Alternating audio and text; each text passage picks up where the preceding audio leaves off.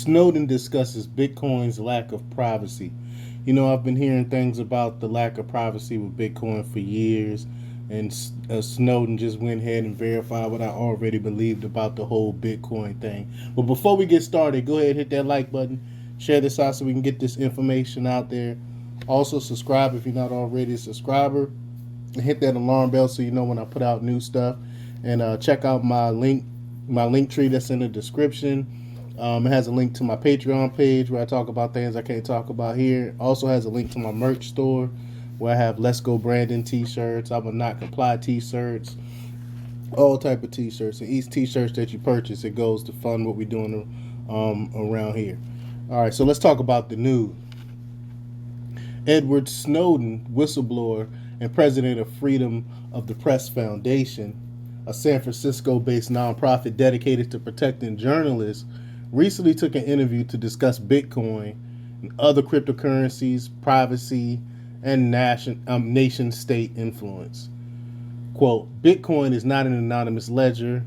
It is truly public ledger, and those things are always out there, Snowden explained, as he recounted his experience with WikiLeaks, in which there was a seemingly insurmountable amount of pressure from the U.S. government to shut the organization and his story down. Bitcoin allowed time and distance, as Snowden said, which ultimately allowed him to communicate with and meet the necessary journalists that would eventually lead to his escape to Russia, as well as the release of his leak. Time and distance is an important distinction that is separate from the idea of safety. Possessing safety would assume Bitcoin was capable of hiding identity and traceability, perpetuity. However, Snowden knew this was not the case, nor was he taking extensive steps to be anonymous, as he explains in the interview. The mark against anonymity is not necessarily a critique, but rather a statement of fact when proper steps towards anonymity are not taken.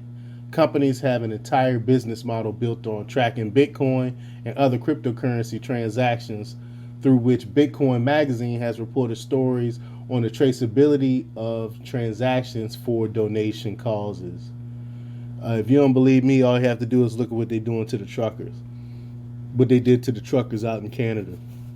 But Snowden explored chain analysis companies, saying, quote, you get chain analysis people and whatnot who are doing fairly devious things with it, including objectives like trying to get a financial edge out of the on-chain analysis. Snowden addressed the idea of privacy as it relates to one's capacity to discern or obtain information when compared to public capability of discerning or obtaining the exact same information. Quote, when you think about Bitcoin having a public ledger, well, once a dollar enters that banking system, there is a private ledger that is available to the people who are performing financial surveillance, he explains. So it's really just private to public, but it's public to prominent, shall we say. When asked why cryptocurrency and financial privacy are important for whistleblowers, Snowden responded that, quote, there's the question we all have to ask ourselves. What is the role of the government in a free and open society? And that's a great point. If we are free as open as we supposed to be, as we believe, then government really has no say in what we do as a society for real. But Snowden went on to explain that it is important to examine the roles nation states actually play in our lives as it relates to the philosophical question of what role they should be playing.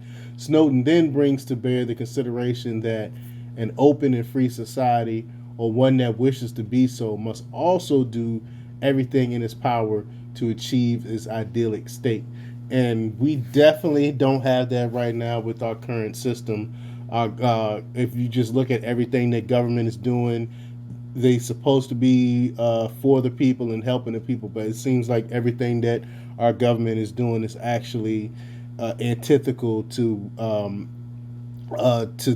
freedom, and it's antithetical to democracy or the republic, as you will. But let me know what you think. Leave your comments down below. Like, share, and subscribe. And check out democrepublics.com for the latest in news. Until next time, peace.